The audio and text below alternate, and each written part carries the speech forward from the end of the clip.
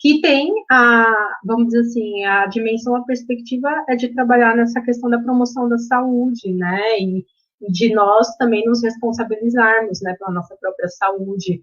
A gente sabe que cientificamente não existe nenhuma comprovação, né, que essa erva vai combater o Covid, mas existe muito a questão, assim, do quanto alguns alimentos nos ajudam a fortalecer a nossa imunidade, né?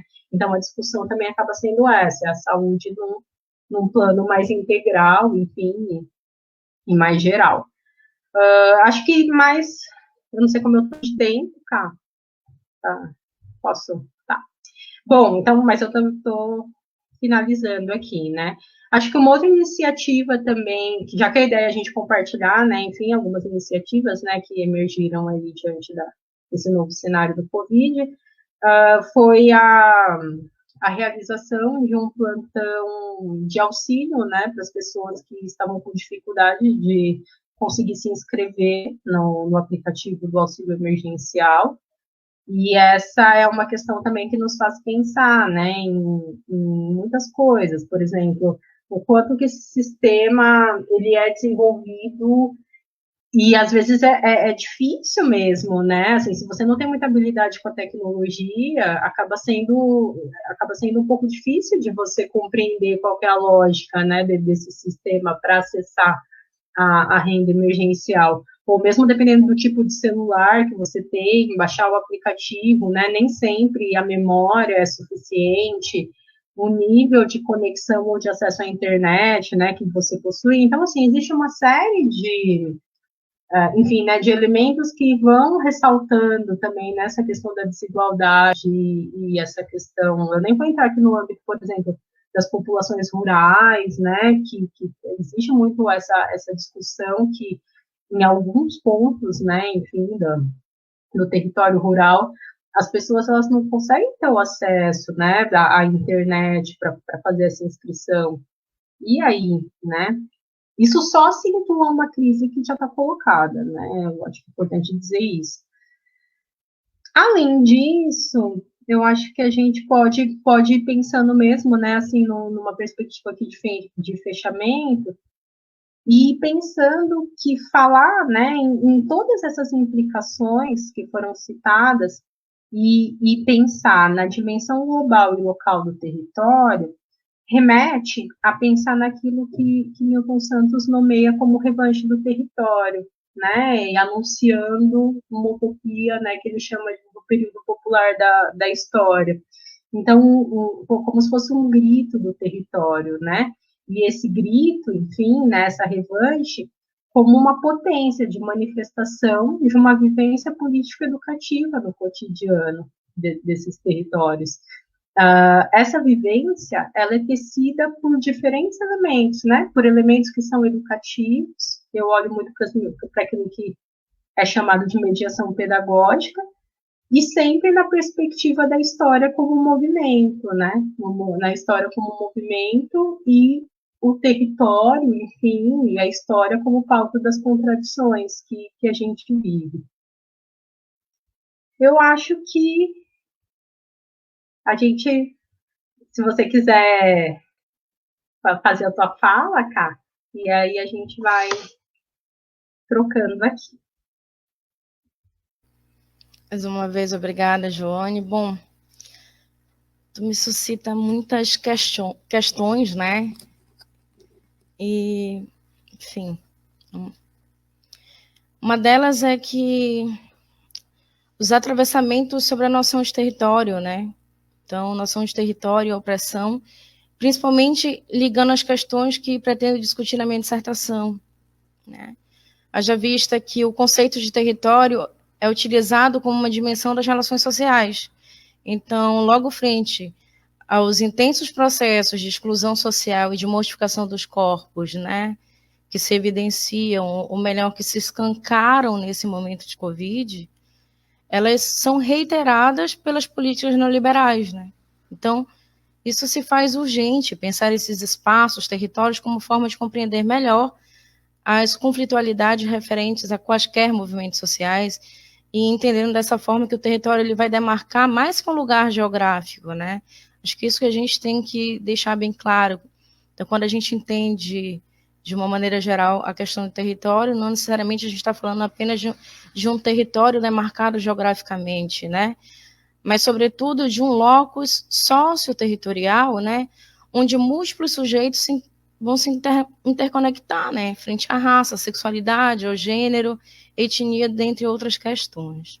Então, é pensando nesse sentido que a tua fala me faz refletir para além do território, né, entendido, geográfico, mas compreendendo que ele é opressão e poder também, né? Especialmente quando a gente vai transpor nosso pensamento acerca da diversidade sexual, né, que é onde eu trabalho sobre a questão da LGBTfobia, né? Então, entender esse território a partir de uma diversidade sexual e da categoria do ser humano, né, tido enquanto universal. Então, o ser humano não é universal, né? Quando tu chega e diz, será que somos todos iguais? Acho que esse é o ponto central que vai ligar as nossas discussões, né? Será que somos todos iguais?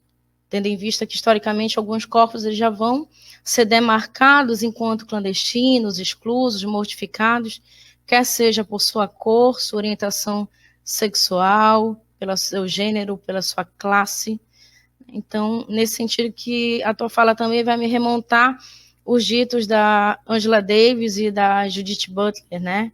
A Davis vai nos chamar a atenção que nem todas as vidas importam, né? Embora ela esteja demarcando a questão racial desses corpos, né?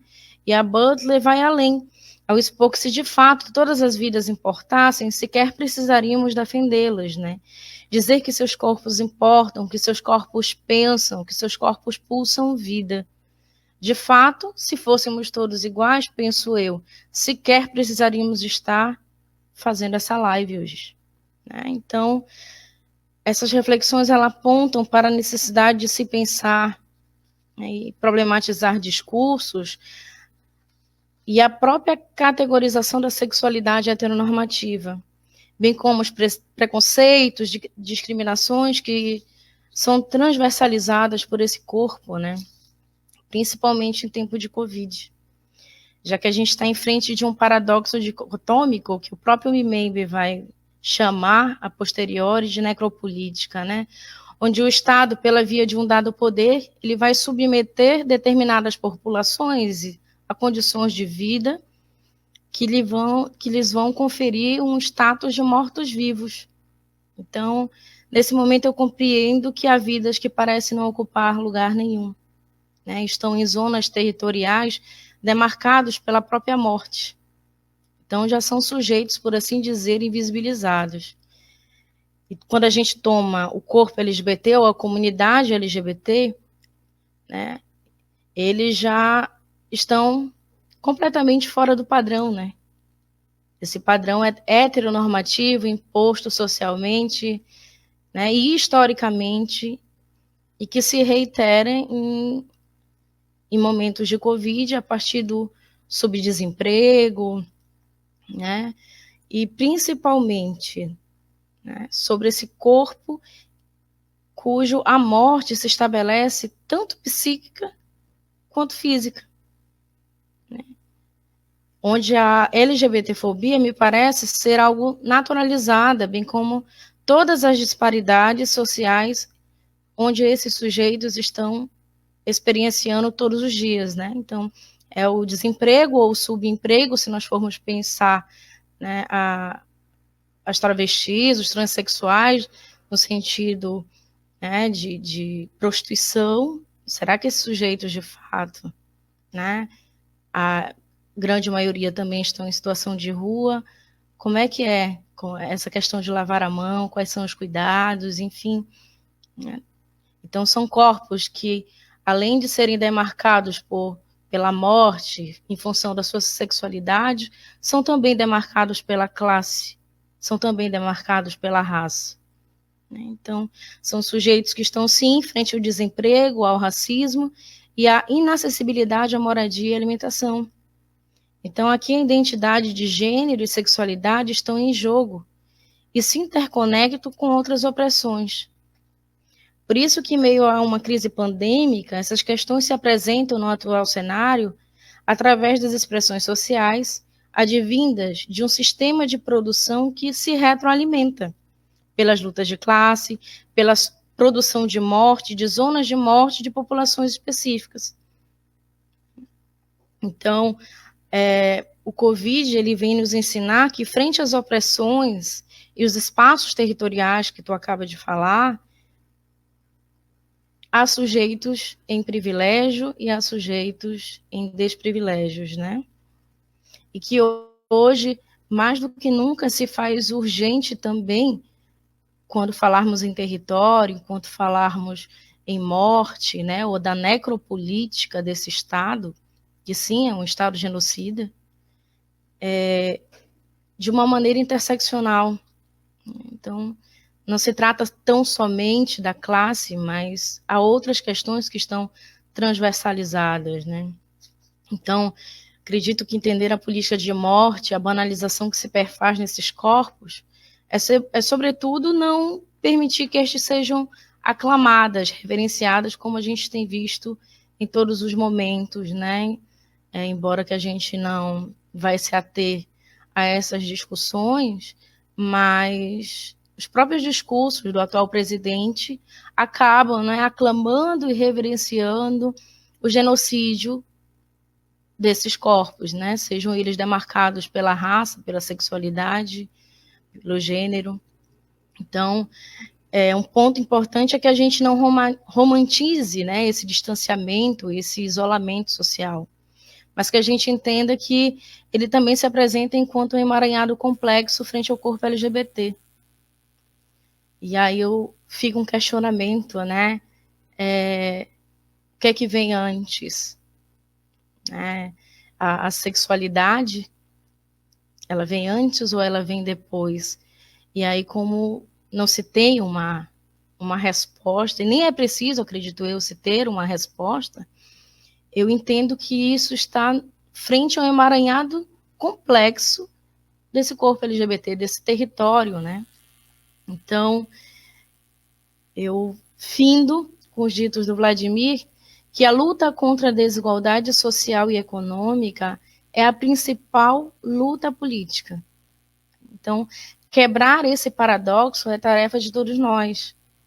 Então, acredito que que o que estamos fazendo aqui, agradeço ao meu grupo de estudo, ao espaço que a UCPEL também nos permite, quebrar esse paradoxo. Então, agradecer a todos que estão presentes, participando dessa live, e estamos agora abertos à discussão.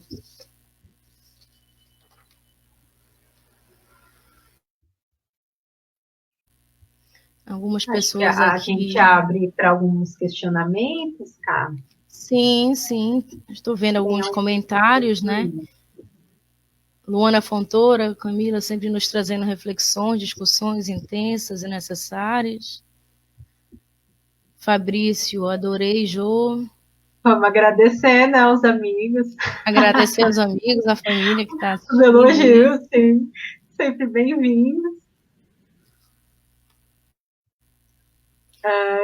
Quando a Alana, quando falamos de territórios periféricos, sinto falta de um olhar para o campo e seus respectivos movimentos sociais, sobretudo agora, em meio à pandemia. Contigo, Joane.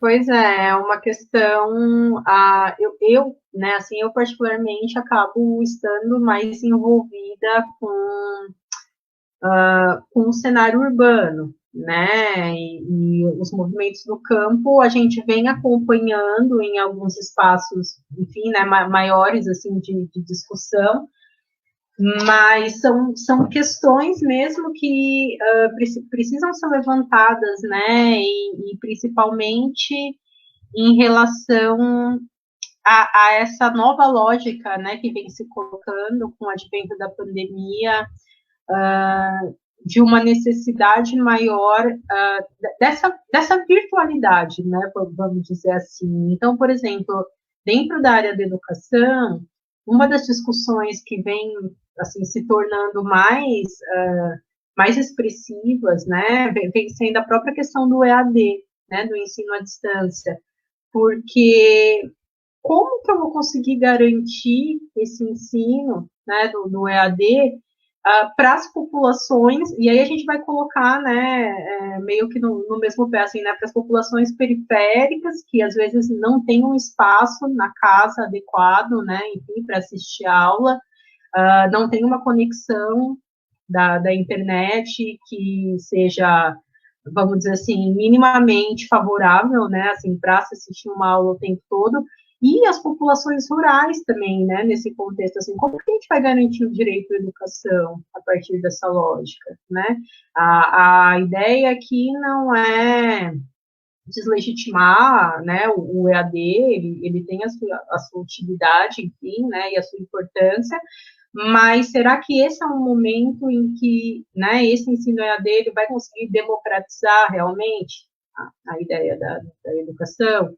Então, são questões, pensando, né, assim, em outras coisas, né, a própria configuração arquitetônica mesmo da área, da região periférica, o quanto que ela favorece o isolamento, né, porque se eu moro em um cômodo, ou 2 cômodos, enfim, e compartilho a minha casa, essa é a realidade, né, de algumas famílias, não é a realidade de todas, mas enfim, né, se eu compartilho esse cômodo com 7 pessoas, 8 pessoas, né, como que eu vou conseguir ficar dentro de casa? Então, é uma questão, né? E também uma outra questão que atravessa isso é o quanto que as pessoas, e aí eu digo, né, moradores de periferia, ou mesmo, né, num recorte de classe, até, né, parte aí da nossa elite, o quanto que algumas pessoas também vão criando um pensamento meio mágico, né, assim, dessa questão do vírus.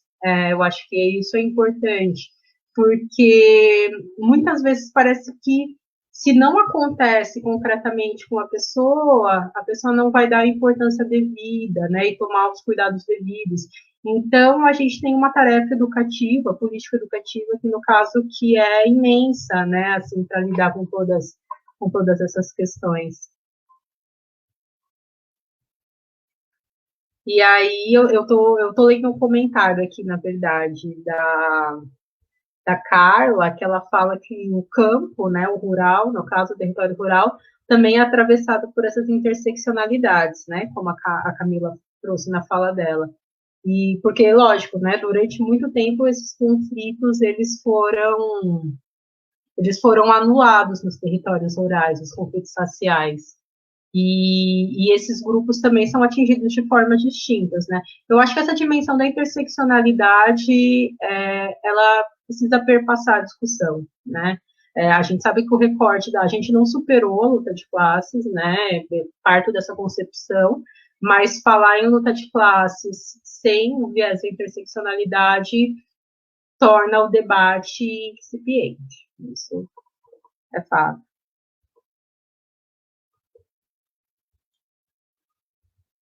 Diga aí, cara.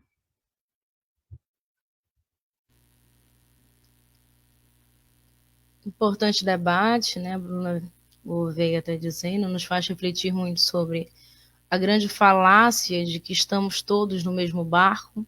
Não, não estamos, de fato, não estamos. O lugar dos indivíduos já é especificado e suas condições determinadas. Parabéns, Camila, parabéns, Joane, obrigada, Bruna. Aqui eu tô só olhando aqui a barra dos comentários, né? Botei para cima de novo. A Co Macedo também fala uma questão que é bem importante, né? Olha, precisamos de um olhar também com relação à juventude periférica, sua cultura, seus espaços de construção e de vivências. Se a gente não fala em movimento social nessa perspectiva da juventude, a discussão também ela em algum momento vai morrer, né? Acho que a questão da juventude ela é fundamental assim nessa discussão sobre os movimentos, enfim.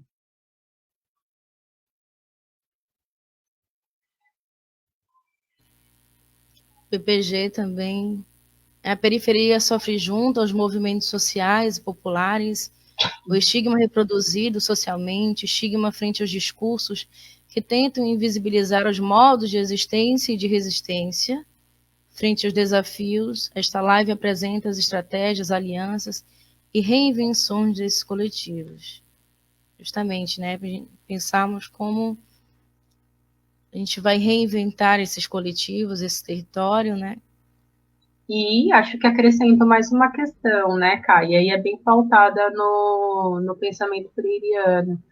Nessa dimensão das reinvenções, né, e falando em território, o quanto que o território periférico, a ação coletiva, né, na periferia, ela nos permite, ela fertiliza, no caso, a reinvenção do poder, né?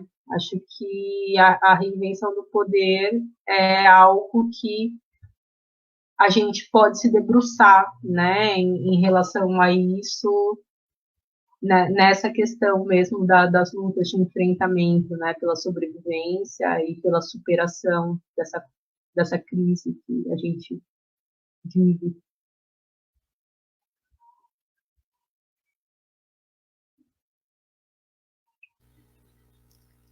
Então, eu tenho outros comentários aqui. Olha, a Yolanda, ela fala que nós levamos, né, enfim, a uma reflexão que é na dor, na dificuldade que a gente encontra força para lutar, real, e com essa pandemia a saída é ficar em casa. Ficar em casa, mas não de braços cruzados, e pensando em todos, o coletivo. Isso é uma grande contradição, assim, uma grande angústia, né? Porque realmente no começo a gente viveu isso na pele, né? Porque tem alguns, vamos dizer assim, existem algumas dinâmicas que elas não te permitem ficar em casa, né? Então, essa organização, enfim, né, dessa arrecadação das cestas, lógico, a gente teve todo o cuidado sanitário possível, né, de higienização, enfim, das máscaras, mas realmente chegou um ponto, porque assim, se esses coletivos não se organizam, né? Eu falei aqui da experiência de Caxias do Sul, mas a gente tem isso acontecendo no Brasil inteiro, né? E realmente, se esses coletivos não se organizam, cada um com a sua estratégia, né? Enfim, objetivos diferentes, né? Mas se esse coletivo realmente ele não se retroalimenta e não se dispõe também a viabilizar, né, vamos dizer assim, esse auxílio, que é um auxílio emergencial também, no caso da comida, as pessoas realmente morrem, né, porque a fome, ela tá aí, né, a fome não espera um dia, não espera 2 dias, então, foi isso também que nos mobilizou, né, a agir, porque não dava para ser de outro jeito. Cristine diz, nesse contexto, os territórios construídos pelos povos sofrem ameaças. O desafio de permanecer e existir é reconhecer as potências frente às produções do campo, como sua soberania relacionada à produção do alimento, comercialização e distribuição. Reconhecer estas práticas se tornam urgentes na atual conjuntura. E algo que a Cristine, para quem não conhece, é minha orientadora e coordenadora do GEP. A gente tem discutido muito essas questões, né, de o que é existir, né, que se atrela ao que a gente já tem discutido desde o começo dessa live, né, somos todos iguais, né, então há sujeitos que não são demarcados por esse existir, né, estão na contramão disso. Eu ia até acrescentar, cá, para a colega mesmo que fez a pergunta dos movimentos do campo, eu tenho acompanhado, mas assim, é de uma forma bem distante, né, as próprias ações do MST, né, do Movimento dos Trabalhadores Rurais Sem Terra, e existem, né, algumas formas organizativas, né, também de distribuição de alimentos, né, as ações de solidariedade, Então, eu penso que essa é a grande tônica, né, do momento. E aí os movimentos do campo também muito pautados na questão do alimento sem veneno, né, da revolução alimentar, que é a primeira das revoluções, né, que é a nossa, na verdade. Então, acho que é bem interessante essa questão. Eu esqueci de falar uma coisa, mas aí é mais a título de curiosidade mesmo, né? Como o MTD ele vem se fortalecendo e tem essa ação nas redes, né? Para quem de repente tiver curiosidade, no Instagram a gente tem a página, né? Que é o mtd.nacional. Tem a página no Facebook também, que é o Movimento de Trabalhadoras e Trabalhadores por Direitos. E tem, vou falar, lógico, né, onde eu sou mais próxima, o MTD Rio Grande do Sul também, né, mas lógico, como movimento nacional, tem as páginas, né, por vários estados, enfim, e aí fiquem à vontade, né, para seguir as páginas e nos acompanhar. Vai tentar agora responder só mais algumas questões, para que a live também não se estenda tanto, né? Não fique cansativo. Carlos Eduardo Ventura e Ana Paula, né, tema essencial. Susan Souto, parabéns pelas reflexões, ótima argumentação, Camila, obrigada. E Carlos Ventura diz, o que vemos hoje é o avanço do vírus nas comunidades, nas áreas periféricas do nosso país. O que falta? Informação, políticas públicas de auxílio. A reflexão é que a doença inicial era conhecida como vírus dos ricos. Hoje é um vírus para todos, principalmente para a população mais pobre, que precisa trabalhar e que não pode deixar o Brasil quebrar. Então,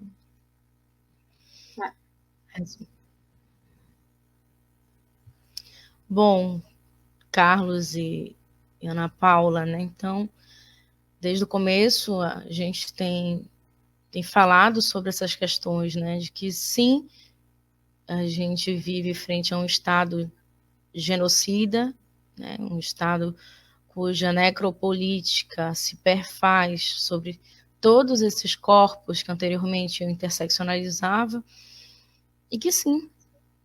Então, é um vírus que vai acometer a todos de modo diferenciado. Então, como a Joane mencionou no começo da fala dela, de que no Morro do Alemão, por exemplo, não tinha sequer saneamento básico, né? Então, como é que essas pessoas vão lavar a mão, sendo que uma das principais, né, ditos pela OMS é que tenhamos o cuidado de lavar as mãos, de nos higienizarmos e afins. Como é que isso ocorre na periferia, né? Então, acho que o Carlos aqui ele traz várias questões e é por esse caminho, né? O que falta? A gente sabe que é uma tarefa educativa, é uma tarefa política, né? As políticas públicas, né? Só que essa é a questão, né? A gente vive um momento histórico de fortalecimento das políticas públicas ou de enfraquecimento, né? Então, também toda aquela luta pela revogação do teto de gastos, acho importante, né, dizer isso, porque é isso, né? Como que a gente é acometido por uma crise sanitária num momento de pandemia mundial e continua, vamos dizer assim, com uma estratégia política, né? Enfim, de paralisação dos gastos, né, da saúde. Então, como é que se recupera isso, né? Porque é isso, o sucateamento do sistema único, ele não é de hoje, né?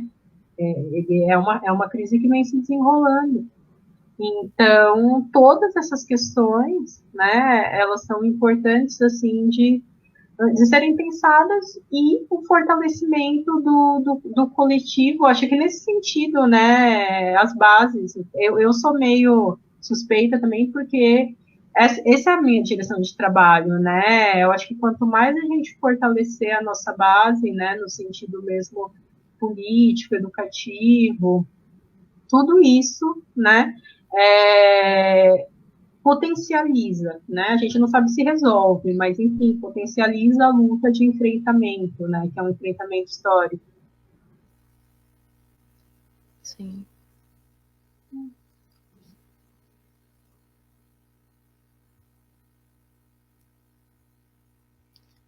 Fabrício Fiorio, parabéns às duas. Parabéns aos palestrantes, Luz Guimarães, obrigada. Luz Guimarães diz, embora precise ser comentado a imensa dificuldade dos que vivem o trabalho direto com o vírus, também a área da saúde em geral, sim, são os sujeitos que estão na linha de frente e que muitas vezes se preocupam com esse retorno para casa, né? Questão de quem vai infectar. Muitos também, eu acho que sim, é muito válido. Muitos desses sequer né, tem máscaras, EPIs, justamente pelo sucateamento da saúde, né? Como a própria Joane há pouco já mencionou. A Lourdes faz uma sugestão para o observatório, que seria pensar uma próxima live abordando este lado, né? Dessa linha de frente. Eu entendi assim, pelo menos, né? Da realidade do profissional de saúde. Profissional de saúde. E a saúde também não deixa de ter uma super referência na dimensão territorial, né? Acho que isso também.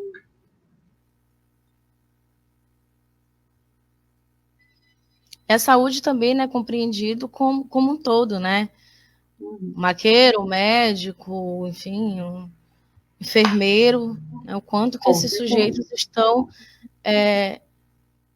à mercê desse território que também é demarcado, né? Por uma política de morte, não deixa de ser. Né?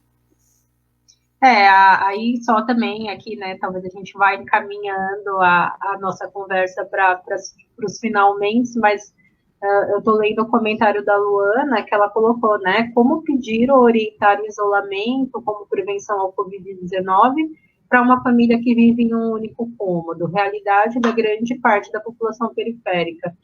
Então, a gente pensa nisso, né, o quanto essa pandemia surge nessa perspectiva de acentuar a grande crise que é histórica e que está colocada, né, que é a crise do neoliberalismo, então, que é a crise da desigualdade, né, então, a pandemia parece que explicita, né, tudo isso, assim, de uma forma muito mais gritante. Já finalizando, vou ler um dos últimos comentários, que é da Tainá Viz. Somos todos iguais, mas uns são mais iguais do que os outros, né? Ela vai citar a Revolução dos Bichos. Interessante. Essa frase nunca se mostrou tão visível quanto nos dias de hoje. Aqui em Belém, os patrões conseguem UTIs aéreas, enquanto os funcionários têm que dividir espaços amontoados com os produtos em supermercados. É uma realidade que a todo momento já estamos dizendo aqui, né? Sim, estamos frente a uma pandemia que eu acabo sempre por dizer com os meus pares, tu já ouviu isso muitas vezes de mim, Joane, que essa pandemia, ela sim, ela tem cor, ela tem classe, ela tem sexualidade, ela tem... Né? Enquanto, como a própria Tainá Viz diz, enquanto o patrão está indo para uma UTI móvel, os funcionários estão ali, né, aglomerados e tendo que trabalhar, né, tendo que trabalhar entre aspas. Na verdade, a gente reitera toda essa exploração que o próprio capitalismo, desde muito tempo, se apresenta, né, demarca a nossa sociedade. E a Fátima vem dizer parabéns às duas, excelentes contribuições sobre o que estamos vivendo. A Paula Costa, grande debate. Beatriz Maula. A Jéssica comentou que o pessoal do 7º semestre do Serviço Social da Católica está estudando Milton Santos, né? E ela diz que o pensamento do Milton Santos, a partir da obra Natureza do Espaço, que apresenta, né, o lugar como um espaço de pertencimento, de construção de vínculos e potencial de união coletiva e organização popular. Neste momento de crise sanitária, social e política, pode ser um momento crucial para a organização popular, né? Acho que acreditamos nisso, né? Esse é o nosso horizonte. E a gente finda, né, com o último comentário da Beatriz Mauler, obrigada. Parabéns e obrigada pelas contribuições, Camila e Joane, obrigada, Beatriz, obrigada a todos que estiveram conosco. E boa noite. Boa noite. E nos vemos aí nas lutas, né? Nas lutas e nas discussões. Nas lutas e nas discussões. Um abraço, Jô. Um abraço, querida.